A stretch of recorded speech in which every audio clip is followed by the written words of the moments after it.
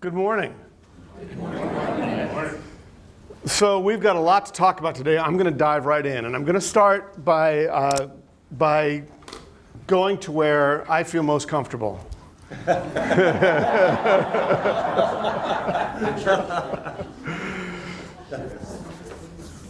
One of my goals today, this morning, is to weave together a number of different themes.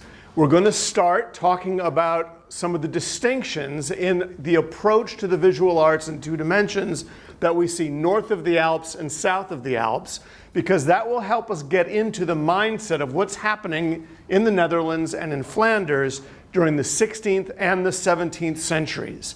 Because it is a distinctive mindset. It's something that's very different from what we see south of the Alps. And a lot of it has to do with architecture and climate. Architecture and climate. In the late Middle Ages, we have the invention of a new kind of architectural style called the Gothic.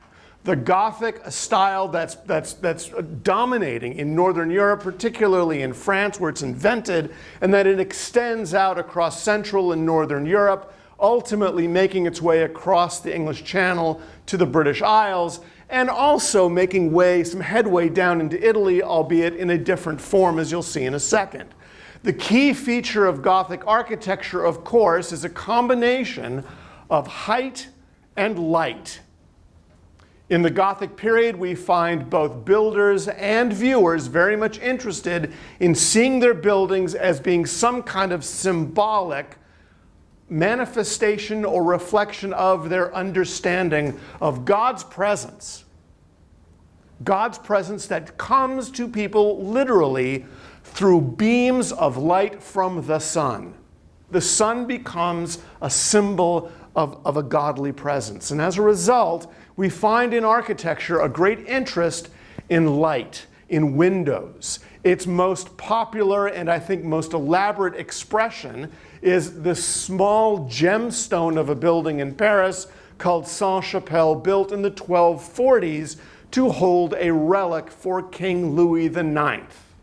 As you can see here, we've got a building that is made of glass, that also conveniently brings into that space something that you and I now refer to as passive solar heat.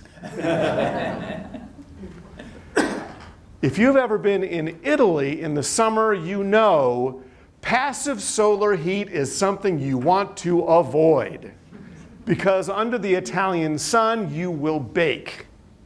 And as a result, Italian architecture tends to be not necessarily glass-free, but there is a minimization, if that's a word, of the use of fenestration. They're trying to go with curtain walls to keep the sun out and to keep the insides of spaces cool. What does this have to do with art? Well, take a look at these two structures. The Italian space encourages great big monumental painting. Otherwise, you have nothing but brick walls to look at. Where are you going to put great big paintings in the building on your left? There's no space for it. As a result, we have two different kinds of traditions, and I'm simplifying things, but two great traditions. South of the Alps, a tradition of monumentality, of great big altarpieces, of great big fresco cycles. Why? Well, because the spaces are conducive to it. But north of the Alps, there's a more personalized approach to the visual arts, because you don't have a tradition of monumentality. Instead, we have a tradition of very personalized kind of interactions between viewers and art objects. And north of the Alps, in particular, we have a great interest in manuscripts and manuscript illuminations. As we move through the 13th and move into the 14th centuries, we have a greater reliance on a literate culture whereby both men and women are learning not only how to read, but actually possess books of their own that they use on a daily basis. And one of the most popular innovations of the 14th century was a kind of book called a Book of Hours. A Book of Hours that abbreviated those liturgical chants and rituals performed in monasteries down the road and out of town, so that private individuals, you and me, at dawn, at noon, just before dinner, could open their own book of prayers and read the kinds of texts that they knew were being read and recited down the road by the monks. It's a very powerful thing in the 14th century that encouraged a personalized religious experience that one could have without the intermediary figure of a priest to tell them how to read or interpret the words they saw. I'm guessing you know where I'm heading with this. On the left, one of the most famous 15th century books of hours we have, of Mary of Burgundy, in which we see this queenly figure seated with her book, reading that text. Behind her appears, and this perfectly illustrates my points, a Gothic church where you're going to put the big paintings. You can't. Situated inside it, the Virgin and Child, Mary, the symbol of ecclesia, of the institution of the church, the Christ child symbolizing the Eucharistic elements of body and blood, and all of this scene transpiring in Mary of Burgundy's imagination. She visualizes the scene as she reads the text, which means that our painter, this is important, our painter has instructed the reader. This is what you ought to be thinking about when you do this thing called reading. You ought to be thinking about the scene that Mary has got behind her. Now, it's sort of like the Quaker Oats box, isn't it? Where you've got the guy holding the box of Quaker Oats, that's holding the box of Quaker Oats, that's holding the box of Quaker Oats. So you've got Mary of Burgundy. You can imagine Mary reading a book, seeing herself reading, oh, I'm supposed to think of that while I'm looking at this, while I'm thinking of that. There's sort of a domino effect of how one performs this activity of reading. Now, these books of hours usually are quite small.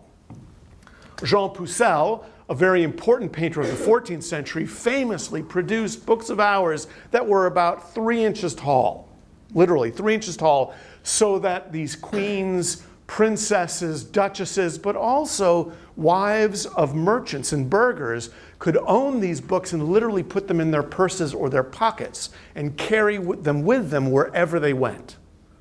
So it becomes a possession, something that you own, you keep with you, again, emphasizing this personal relationship between the reader and the text and their God. Now, what's interesting is that the art forms that we see in these books of hours get very, very sophisticated and complicated and diverse as we move through the 14th and the 15th centuries.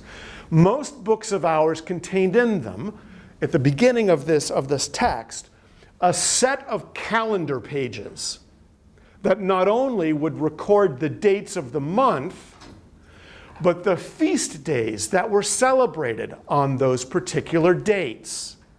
The really important ones, the Nativity of Christ, St. John the Baptist feast day, St. John the Evangelist feast days, those would be written in the color red. Red letter days. Literally, red letter days. That's where the phrase comes from. These are red letter days. Down below, in the margins, we would see both brief references, sometimes symbolic or allegorical, like we see down below, which I'll talk about in a second, sometimes literal or naturalistic. The page on your left from the month of December shows at the base of the page a reference to the coming of Christ. It's December. It's when Jesus is born. But in it, we see Jean Pucelle showing us an allegorical reference to what happens when Christ is born. And in his mind, what happens is that the temple, the Jewish temple, begins to crumble. That structure of the institution is toppled by this new form, this new faith. Very interesting approach to what December really means. But for our purposes, what I want to focus on is what's going on up above, where we see a withered tree, and let me focus in if I can, a withered tree up above, pruned, not by a religious figure, but by a dude. Just a guy, a farmer. It's Jean Pucelle telling us, yes, there are religious implications to the passage of time, but there are also naturalistic ones. There are things that happen in our world at this time of the year. And in December, what do we do? Well, we go and we prune the trees. We chop off the branches, and the dead wood we toss in the fire to keep us warm at night. Well, that tradition continues. When we get into the 15th century, those calendar pages or seasonal pictures move from the margins into the field itself. The books of hours become much more dependent on the illustration than they do on the text. And the text literally gets crunched down into single lines, whereas the picture now takes up the whole page. It's becoming a more visual culture as we move into the 15th century. And I'm showing you this wonderful page from the Clérichourt produced by some Dutch painters, the Limburg brothers, for a French duke named Jean, the Duc de Berry. And here we see in the month of July this vast wheat field telling us what happens in the summertime, where we have our peasants out here beginning to cut down that wheat. We see women shearing the sheep. It shows us, this is another big thing, it shows the Duke what the little people are doing. Right? It shows them, oh, those are your peasants, those are your servants, those are the people who are working the fields. And you get this sense of a Duke sitting in all of his finery, saying, cut my wheat to make my bread.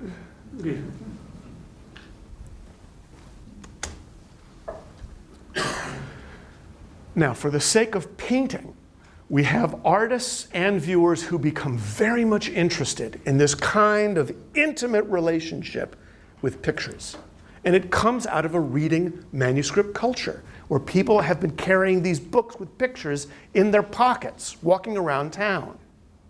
When we move into the 15th century, we find artists now abandoning texts altogether in some cases and focusing primarily on the image, recognizing that readers in fact have memorized those prayers and in some cases don't need the book anymore. What they want is a visual image that they can focus on to induce the visions that the painters inspire them to have.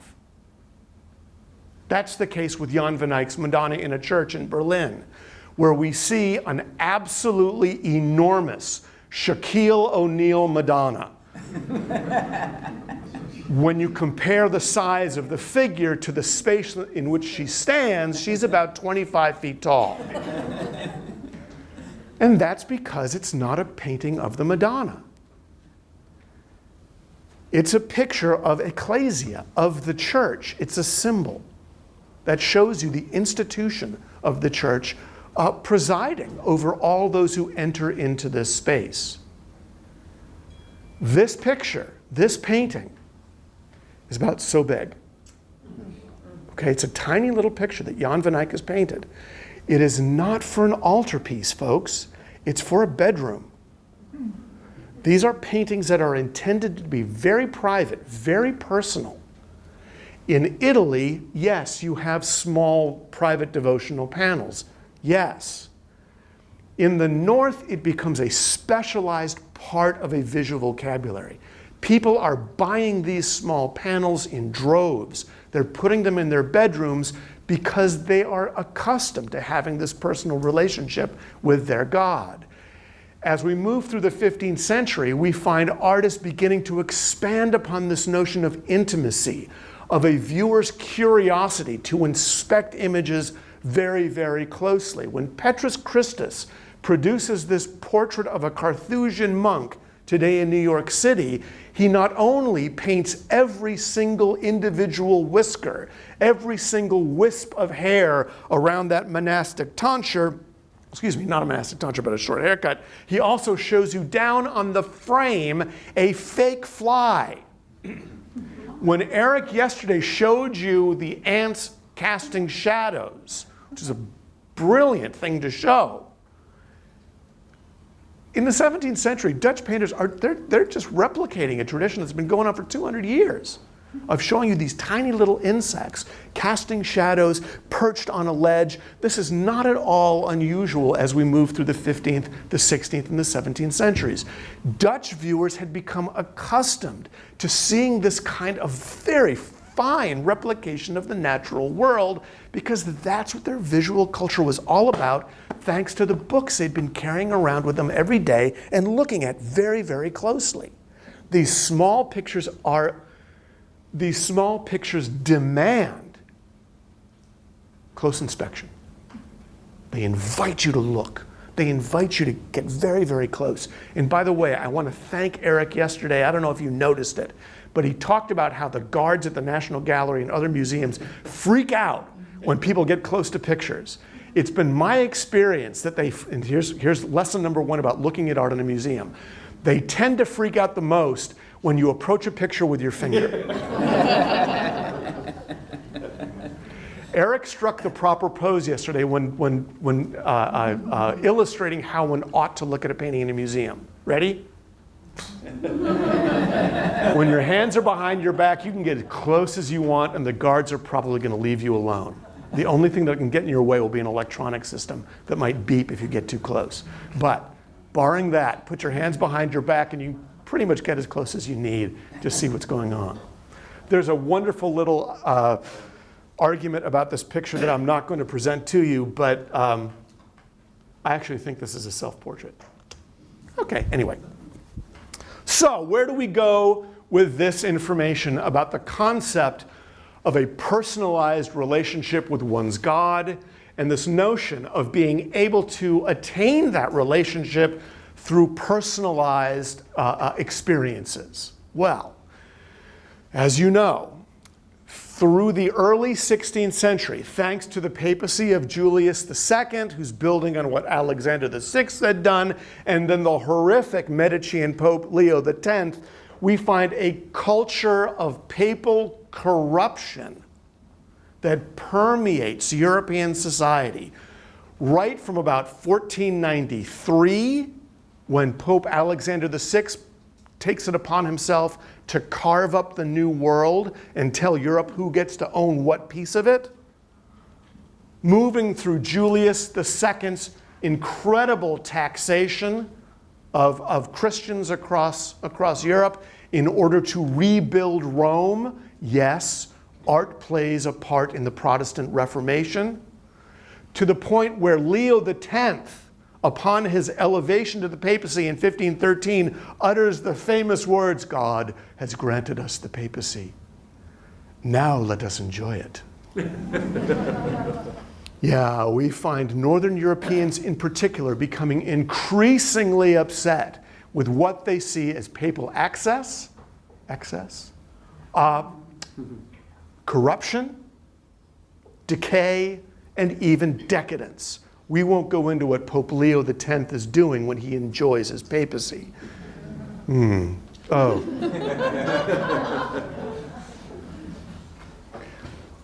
If you know anything about Silvio Berlusconi, there are some similarities there. In 1517, as a reaction, we know that an Augustinian monk named Martin Luther rebels. He begins to write pamphlets. He famously posts his 95 Theses on a church door. Importantly, this is not the first time there's been a rebellion against the church, make no mistake. But Martin Luther has the advantage of technology. He's got something on his side that nobody before him had had, and that is the printing press. Martin Luther, within 3 weeks of his open rebellion, is able to print and disseminate over 10,000 copies of his complaints against the church. And this means that this is not an isolated rebellion. It becomes an international one within weeks. The Reformation begins to take off in abundance around 1521, when Luther does a number of things, including, importantly, printing for the very first time a complete Bible, soup to nuts, a complete Bible in the vernacular, in German. Which means that everybody now can have a copy of the Bible that they can read at home without the intermediary figure of a priest to tell them how to interpret. Okay. The Protestant rebellion, I'm going to call it. Protestant coming from the word protest. The Protestant rebellion tends to attract people in Northern Europe for 3 general reasons, and the historians among us might want to add other ones, but I'm going to offer 3 big attractions to Protestantism. Number 1, again, the notion that one can have a personal relationship with God. You don't need anybody there to tell you how to interpret Scripture. Protestants say, here is your Bible, it's written in your language, go for it. That's really attractive to the Northerners. Secondly, by omitting that official intermediary figure, Protestants can now thumb their nose at the Pope. They can say, we don't need you, we don't want you. And then third, Protestants, particularly in the north, in the German principalities, and then in the Dutch provinces, they begin to realize that the Catholic authority for generations had been connected to the monarchical one, to those kings in distant lands who had been governing them for years with a very heavy thumb, taxing them, forcing them to give up some of their possessions, and even persecuting them for some of their religious beliefs. Now, by embracing Protestantism, they can officially begin that separation from a political force that they didn't like. Now, I'm not going to tell you which one of these 3 was most important. It was probably a personal thing for every single person who embraced Protestantism. But what we can say is this. By about 1530 or so, we find distinct separatist movements, particularly in Germany, that begin to spread all across Europe. By the 1540s, in the Dutch provinces, we're seeing Protestantism becoming more and more popular, and we're seeing acts of rebellion against the Spanish authority that owned Flanders. In the 1550s, these acts of rebellion are met with responses from the Spanish, who now open up the Spanish Inquisition. That's where it comes from. And that Inquisition is pretty brutal. It gets so bad, finally, that in the 1560s, we have an open rebellion led by a former Lutheran named William of Orange, who had been working with the Spanish for a while, but ultimately decided it was time to break with the Spaniards and to join with his Dutch brethren to fight against Spain. And in 1568, we see this spectacular conflict originating that results in the Spanish, you'll like this, the Spanish condemning to death every single resident of the Netherlands. Let me say that again. The Spanish are endorsing genocide.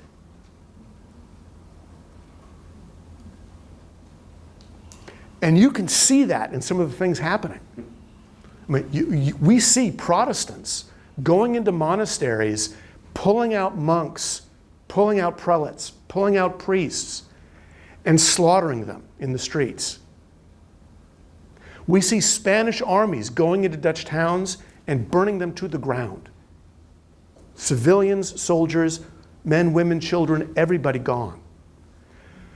I want to make this very clear from the outset of this week.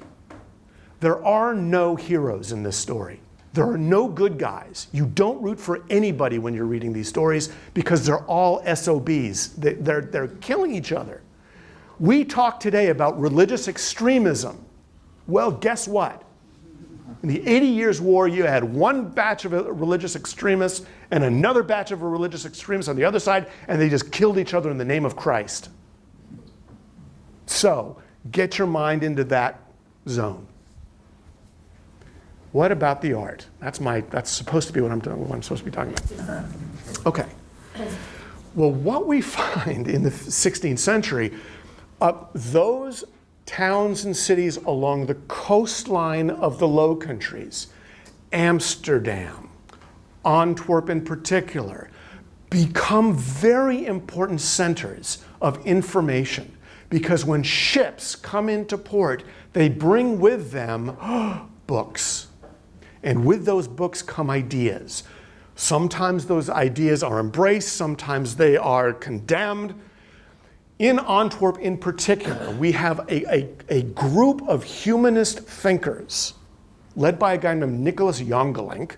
And these scholars are reading books that are coming out of Rome, which include some criticisms of the Catholic Church. One of the people who becomes associated with this group of thinkers is a painter named Peter Breughel. And Peter Breughel becomes very much interested in some of these stories, some of these ideas, and we'll get back to this image in just a second.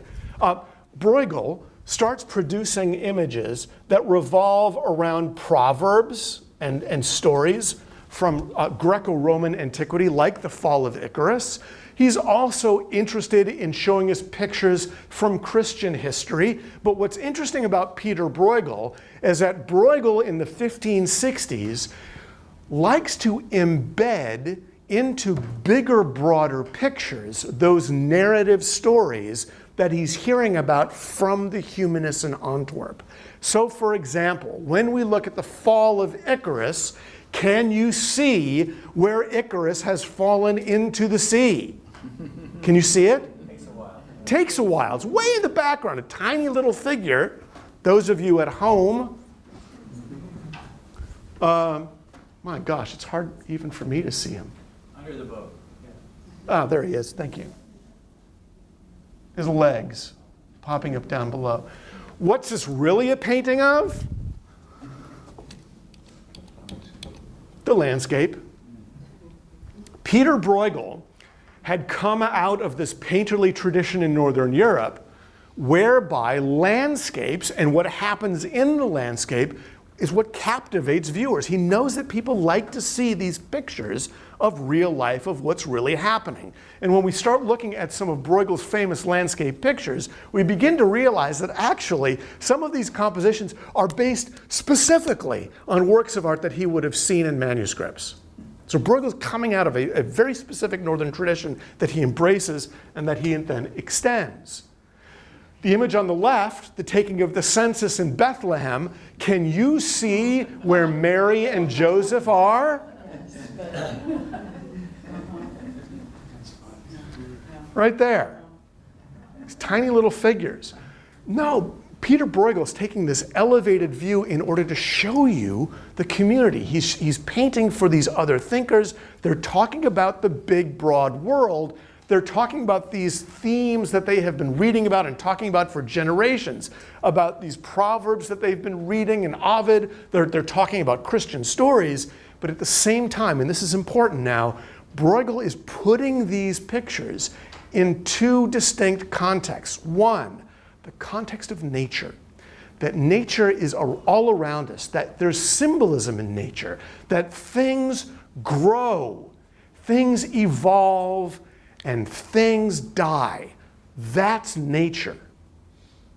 And of course, you wrap into that the religious symbolism of mortality and eternity and immortality, yes? So Bruegel's sort of playing around with this concept of nature as being a symbol of something bigger and broader than what we actually see.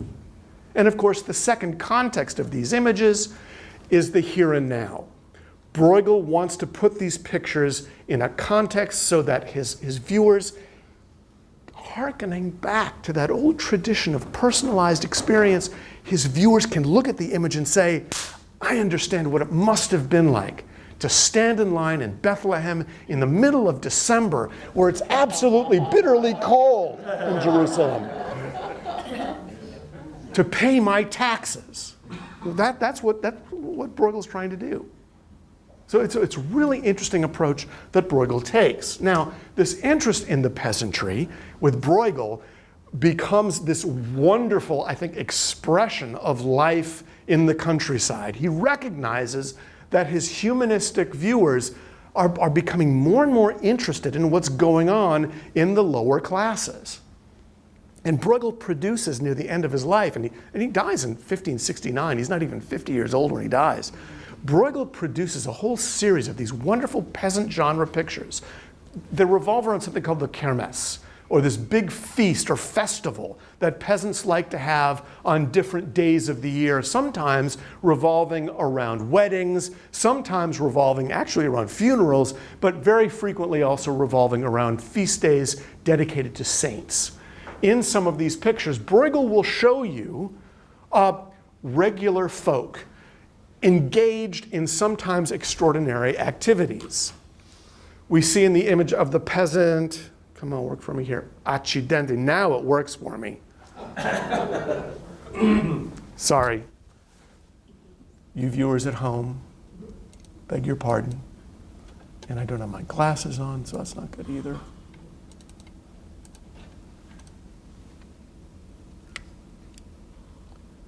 Now it's not working, okay. Up above, we see a canopy that has been strung on a rope with a paper crown on top of it. Underneath, this rather well-fed young woman, blushing, a little embarrassed, because we think it's her wedding day. She is the queen of the day.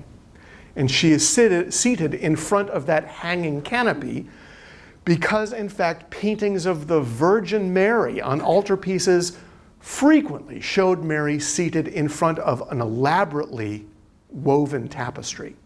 So that canopy is a signifier of royalty. So even peasants got to be king and queen for a day when they got married. And here we see our servants, our waiters, passing out food to our hungry guests.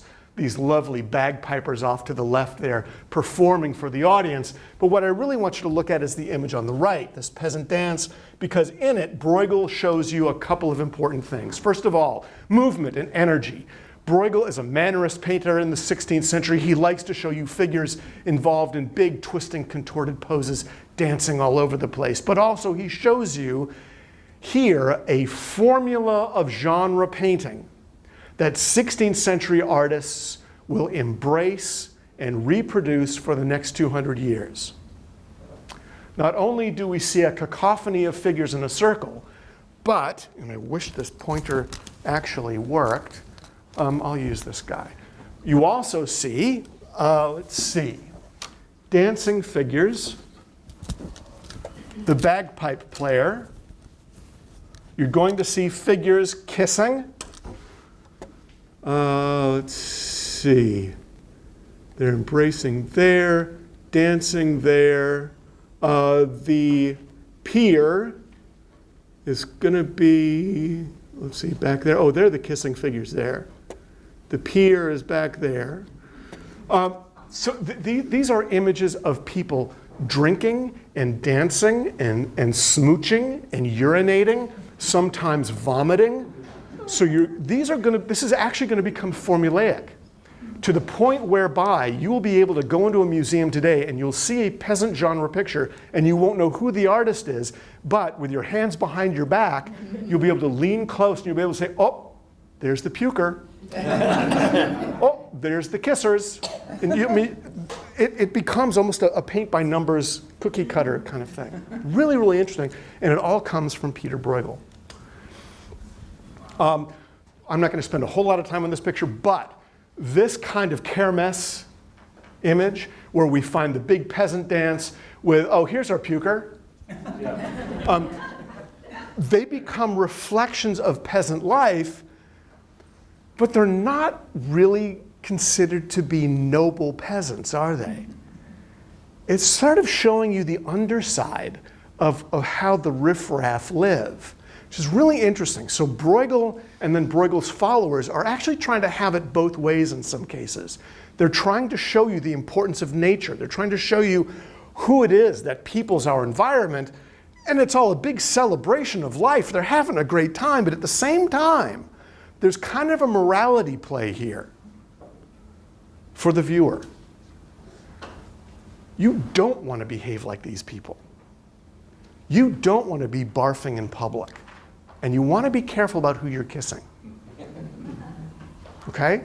So that's another thing to hang your hat on as we go through the rest of these lectures in the next 2 weeks. 2 weeks, 2 days. It only feels like 2 weeks for me, baby. A lot of these pictures can be read in at least 2 different ways. Intentionally so. All right, really quickly. The Dutch managed to claim a certain kind of independence from the Spanish in 1588. 1588. By 1600, the Dutch have figured out that the only way they can survive politically and economically is by creating a different kind of system for themselves. A system that's going to be based not only on trade, but on international trade. Because Holland, in case you missed it yesterday when we looked at the map, is tiny. They don't have an abundance of resources, but they do have access to a coastline. So the Dutch start building ships, and they start making contacts in Africa, South Asia, Indonesia. In 1602, and you'll hear about this afternoon, and maybe later on this morning, the Dutch create the so-called East Indies Company, which is specifically designed to set up trading outposts along coastlines so that Dutch ships can sail around the eastern part of the world to get to those trading outposts in Indonesia. The Dutch managed to create a monopoly, briefly, on trade with Japan. And within only a few months, you'll like this too, you businessmen out there, within only a few months, the original investment of the East Indies Company enjoys a profit of 400%. Notifying the Dutch that, hey, maybe we're onto something. In an effort to find an easy, navigable route from the Netherlands to Indonesia, Dutch sailors begin looking for something called the Northwest Passage. And they start sailing up and down the coast of the Americas to find an access point where their ships can penetrate and then sail straight on through to Indonesia. One of the most famous of these is a guy named Henry Hudson, who in 1609 sets sail to find that Northwest Passage. Instead, he finds a Starbucks outside of Manhattan, sails up what's now the Hudson River and into the Hudson Bay. But this is another signal for you. Hudson is telling you that the Dutch are very much interested in what's happening in the New World. And we find the Dutch increasingly settling on the eastern shores of the Americas. Not settling colonies. Be careful here. They're not really necessarily setting up colonies. They're setting up trading outposts because that's what the Dutch do. The old way, what the Spaniards had been doing, what the French wanted to do, what the English wanted to do, was to set up colonies, to set up communities that they could tax. The Dutch are more interested in trade and commerce. They want to pick up goods that they can bring back to Europe and then sell at a 200% markup to those schmucks in Berlin. Not in Berlin, but in Prague. And that's what they're doing. And they're making money hand over fist. Okay. We get a stock market that begins to rev up in the early 17th century where all kinds of commodities are being traded. Commodities. Here's another takeaway from today's talk. In the 17th century in particular, in the Dutch republics,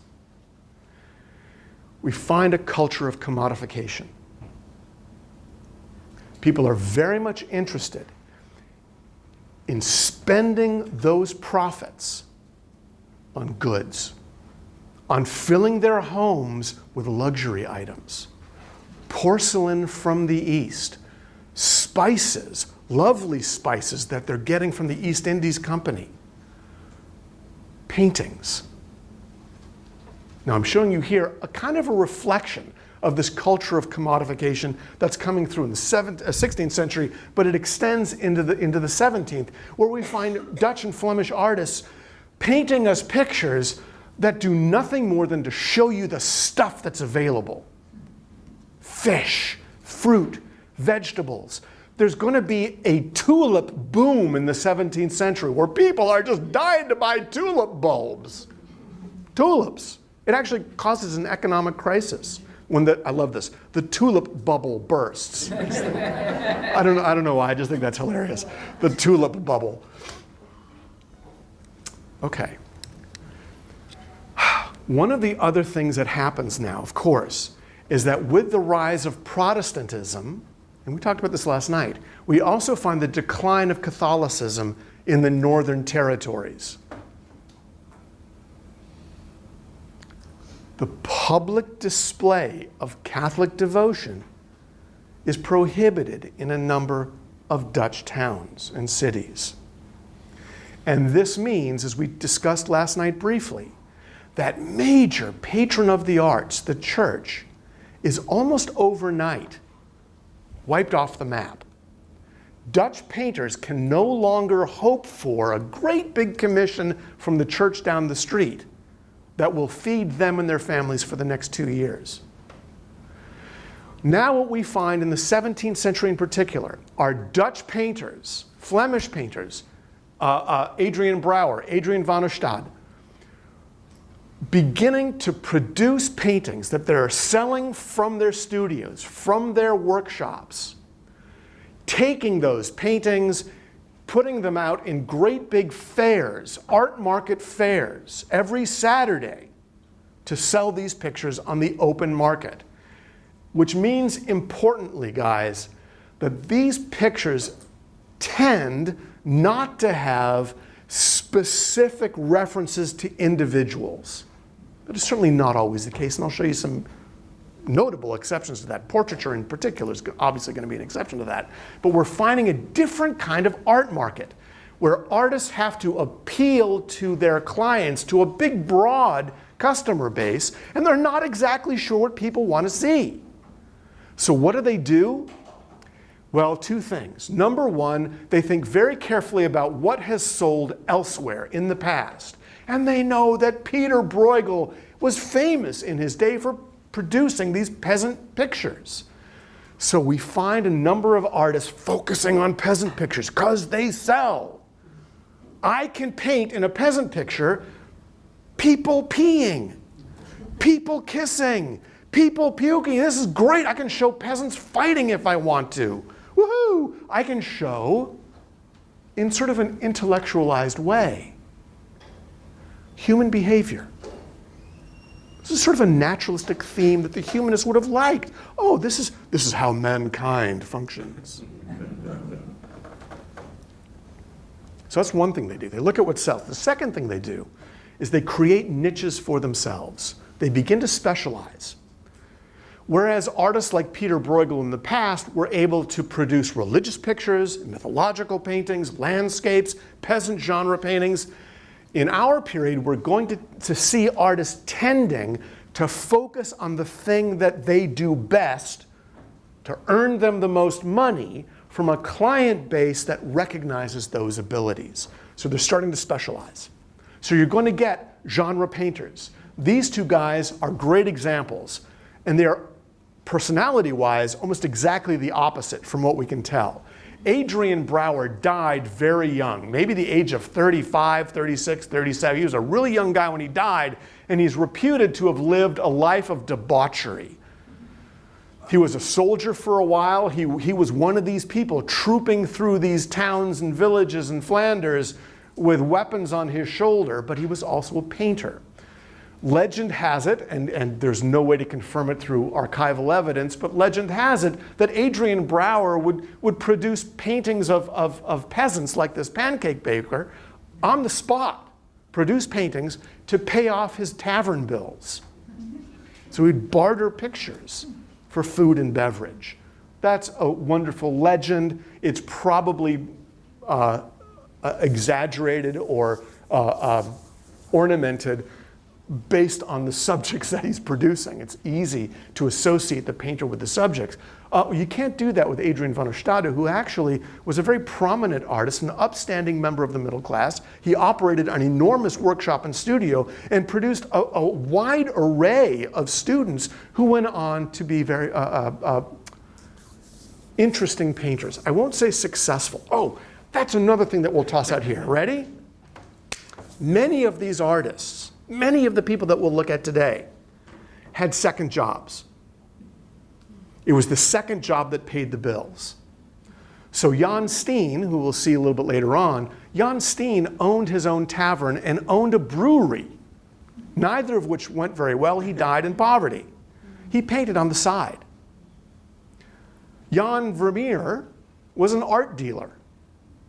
He produced, 3 dozen pictures on his own, 35, 36 paintings on his own. He made his money by selling other people's works of art. Guess what? He died in poverty too. Rembrandt van Rijn, he was basically an art teacher. He had 0 commissions between 1642 and 1653. That's 9 years of nothing. He died a pauper as well. That whole starving artist concept that we like to think of, it's actually a 17th century thing.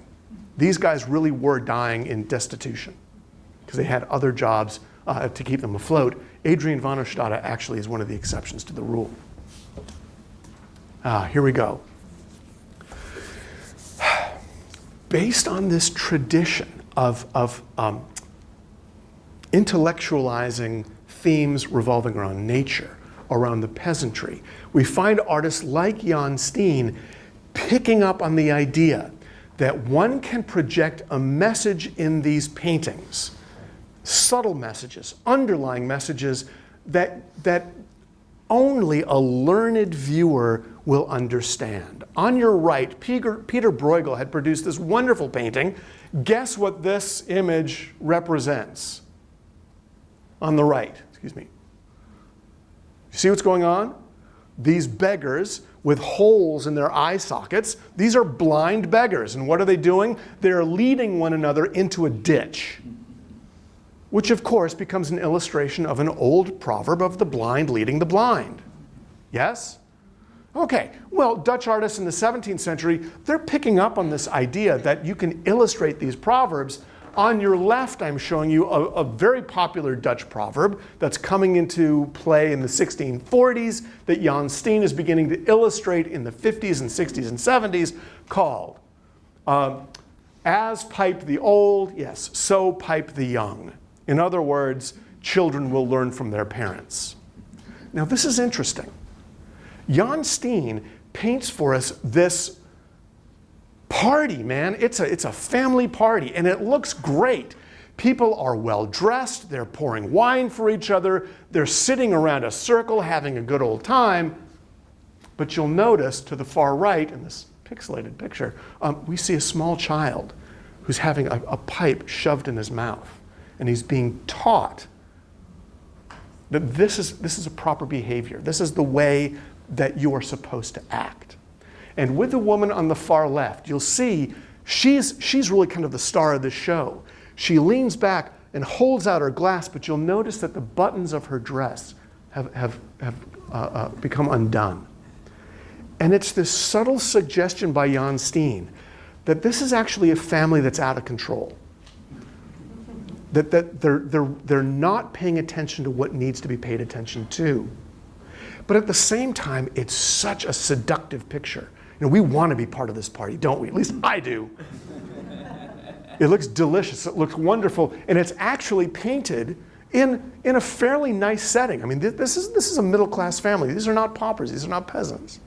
So he's almost wagging a finger at viewers, saying, you have to be careful with how you conduct yourselves and conduct your lives, which indeed is a very Dutch thing, because let's remember in the 17th century, this is a society that's being dominated not just by Protestantism, but there's a strain of Puritanism that underlines a lot of this. There's kind of a moral code that people are trying to live by in the 17th century.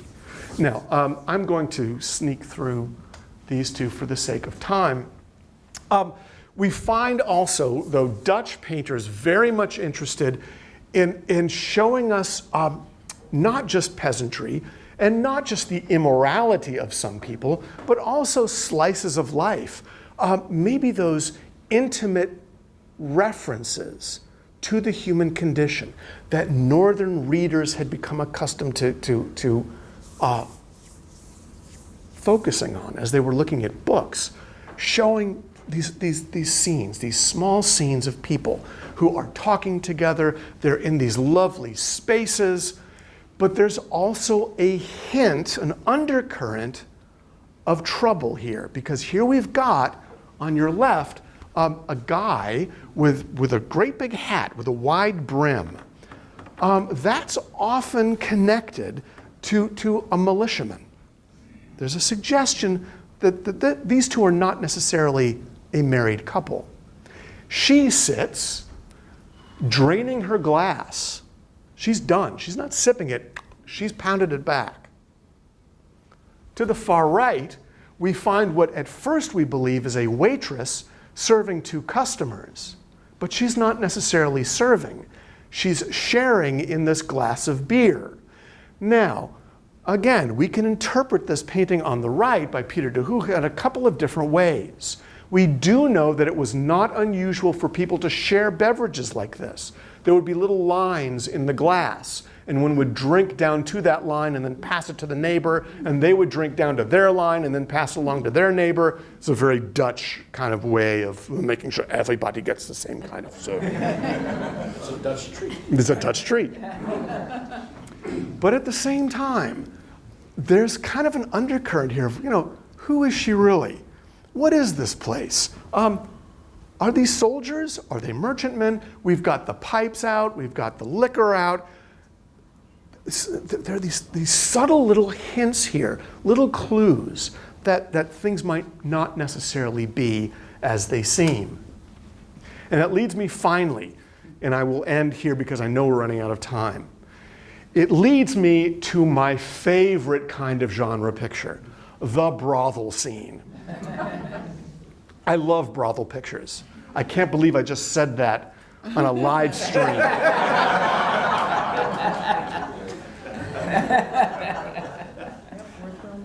Yeah. So, prostitution. Prostitution is not uncommon in this period, particularly when you have soldiers walking through the countryside in abundance. Because, soldiers tend to, behave as one might expect. So you've got lots of camp followers, but you also have brothels that very frequently are situated in taverns to make some money off of travelers, whether they be soldiers or otherwise. Now, what's interesting about these pictures is that our Dutch painters have to abide by certain standards of propriety, according to their viewers.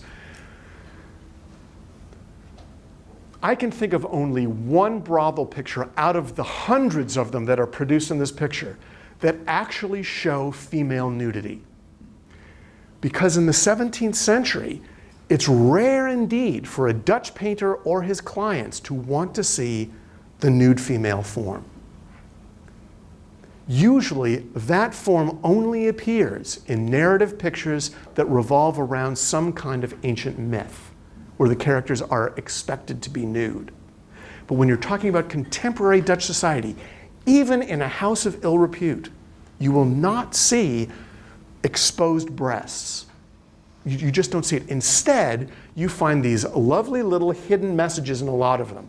There's not a whole lot hiding here. We've got a performer who's playing the lute in order to create the environment. We've got our drunk guy here who's disheveled and leaning back in revelry on that canopied bed. He is being enticed by the woman with that low-cut dress, who hands over to the procuress, and that's another thing to pay attention to, the procuress who receives money from her.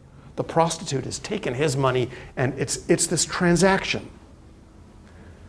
It's not just things that are commodities. It's people too. People are commodities in this period, in this place. They are today as well.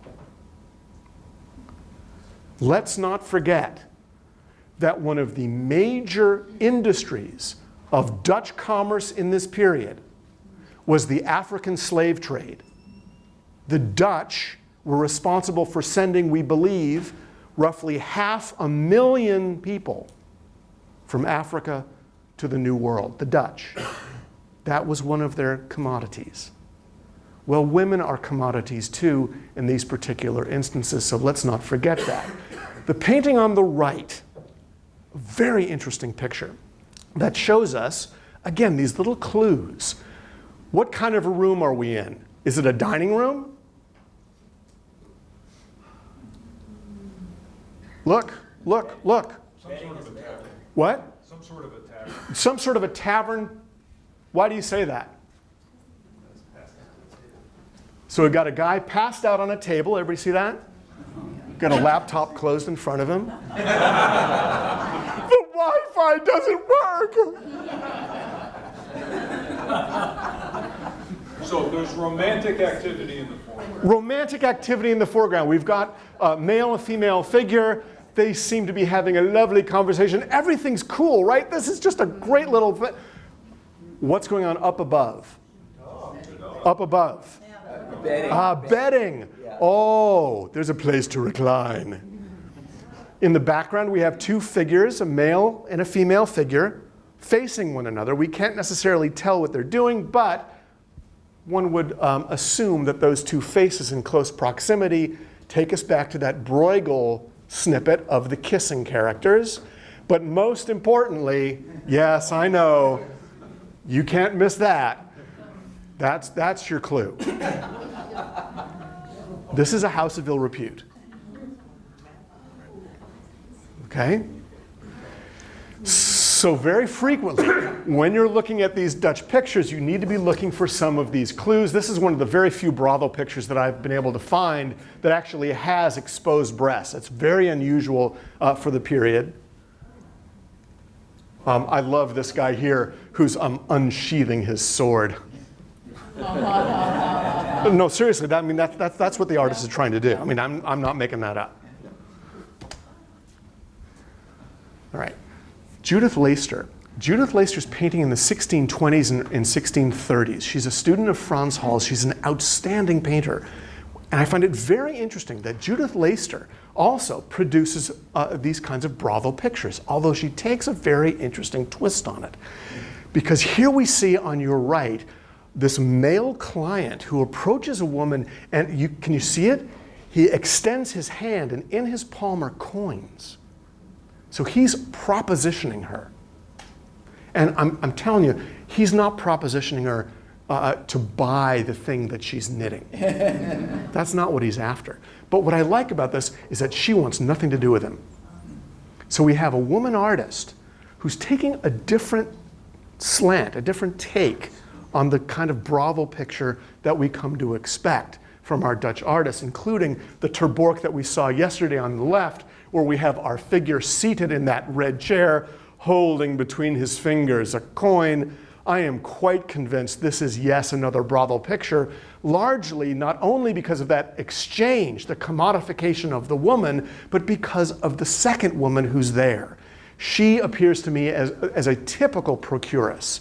And frequently you'll have in these brothel pictures an elderly woman who is there. She's in charge of upkeep. She's in charge of health standards. She's in charge of taking in the money. Even famous painters, who we always think of as being fine artists, are very much interested in this kind of interaction. Jan Vermeer, one of his very earliest pictures, is a brothel painting. The procuress on the left, that shows us all of these same elements. The soldiers with those big hats cocked off to the side, grinning ghoulishly, and talk about commodification. The exchange here is clear. Here is the money, and here's what I want. Everybody got that? Any questions about that one? I would argue that the painting on the right, and this is just me talking, so don't quote me out there. I have always felt that the painting on the right, the so-called Jewish bride, in fact is a brothel picture. Great big hat, hand on the breast, this sort of distant look in the woman's eyes indicating that she's not really connected to the figure behind her. I've always thought that Rembrandt, who's a very introspective and clever painter, is taking a twist on this old theme. Okay, last thing I'll say. We have a kind of market here where art is a commodity, flowers are a commodity, taverns, these are places of exchange. People are commodities, yes? The art of the 17th century becomes a kind of reflection of this society, of what's important to them, of owning these precious pictures and owning or desiring the things that they represent inside the frame. So people are buying these things because they've got the wherewithal to spend on them. It becomes a very lucrative and attractive kind of thing for people to own, but because there are so many painters who have flooded the market with these pictures, very few of the artists that we discuss in this week will be able to reach any kind of economic or social status. They will die poor, many of them, in part because of this early capitalistic approach to competition and merit, supply and demand. So as we go through this week, I want you to be thinking about artists who are competing with each other, they respect each other, they copy each other. There's a kind of formula to the works that they do, but only infrequently will each one of these pictures have a specific message to a specific viewer, because most of them were not painted for an individual patron. They were produced for an open market in the hopes that somebody would come along and give them the 50 guilders that they wanted for the picture. So I'll take your questions now.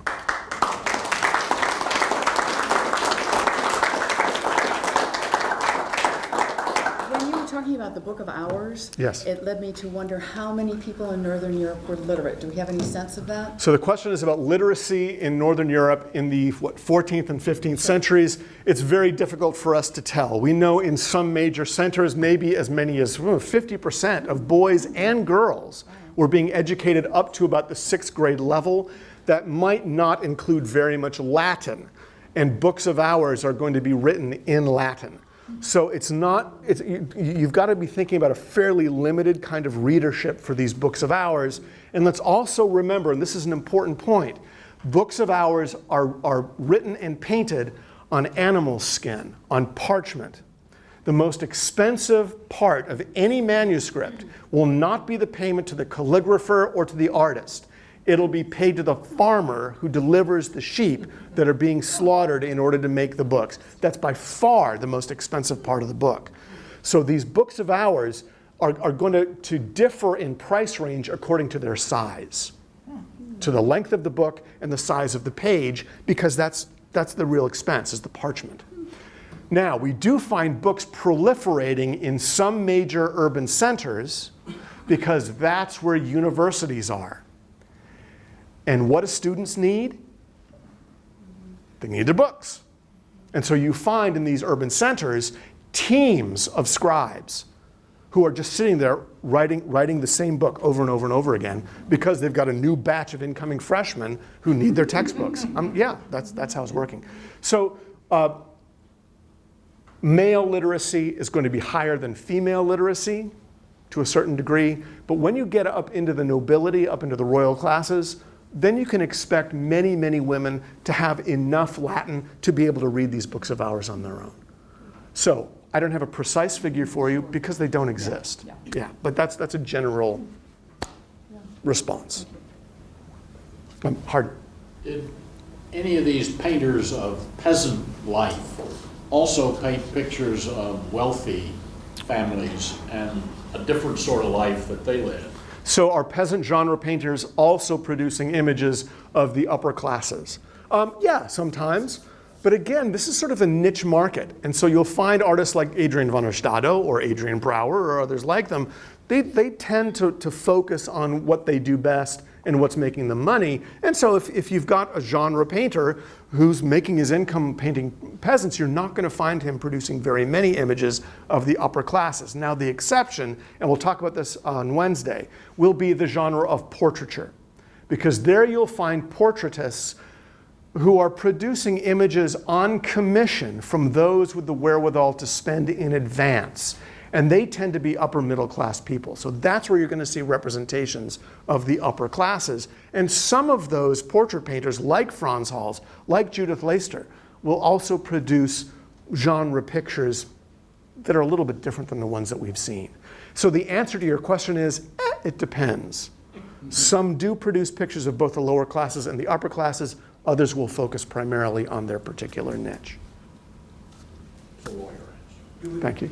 Probably get the same answer, but do we know who at that time, like mid-17th century, was the most popular painter and why? Do we know who is the most popular painter and why? The problem with this one is that, the problem with answering this question is that very frequently the pictures under discussion are sold at open market. And so the painters are not writing down the prices that they received for this picture or that picture because they're just taking the cash, pocketing it, and you want to buy this one? It's that kind of thing. We do know, however, that there are some reputations out there. Riesdael, for example, is actually quite an accomplished landscape painter, and we'll show you some images on Wednesday from Jacob van Riesdael. He's getting about twice as much for his pictures as other landscape painters are getting for theirs. So there was a kind of buzz about who's good and who's bad, who should we go to. Two other examples. Frans Hals, who also somebody we'll discuss later on. Frans Hals makes a lot of money as a portraitist.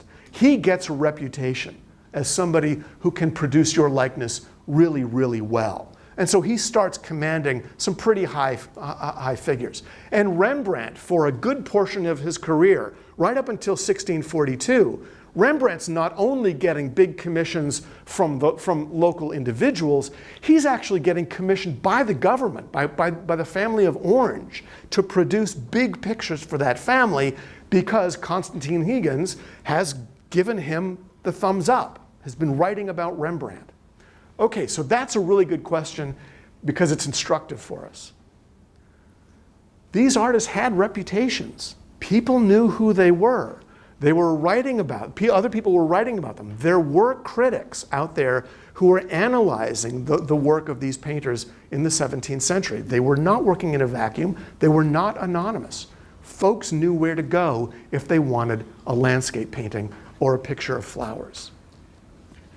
George, should we comment a little bit, or are you going to comment later about the St. Luke's Guild and its role in controlling the art market? So the question is about the guild setup. And what I'd like to do is hold off on that until Wednesday when we talk about the different types of genres that artists are embracing for themselves. But that's going to be an important bit of our conversation. Susan. You see the Rembrandt, the Jewish Bride, in a different light. Where did the title that's on the screen come from, and how did that happen? A lot of these titles emanate from the 19th century, like the parental admonition that we saw yesterday and today. They're kind of sanitized or fantasy titles that critics and historians attach to these pictures. And that's another thing that we don't have time to get into. But the reception of these pictures and artists changes over time. Frans Hals is really kind of an ignored painter by historians throughout the 18th century. It's only in the 19th when these crazy French painters called the Impressionists start to paint really loosely that Frans Hals suddenly gets hot. And I'm not kidding now, Dutch middle-class folk go up into their attics into the 19th century, and they start pulling out pictures that had been, collecting dust upstairs. And they're looking at these paintings, and they look down and they see Frans Hals' name down in the corner. And this doesn't just happen once or twice. There are dozens of these pictures that miraculously appear that nobody cared about until the Impressionists came around. So Frans Hals, like Piero della Francesca from the Italian side, is one of these artists who people kind of don't really care about until their art becomes pertinent in a contemporary setting. The artists did not, in a contemporary way, name their paintings? Some did, some didn't? Yeah, so the question is, did artists name their own paintings? Yeah, some did, some didn't. Sometimes you don't need a name because everybody knows what's going on. It's a Breughel picture. And very frequently, I'll show you paintings that have very generic titles. Still life with snails, And I think, Susan, part of that, and this is the last thing I'll say, part of that piggybacks on this notion of producing pictures that are not client-specific. They have to be fairly generic in order to appeal to as many potential buyers as possible. Okay, thank you, George.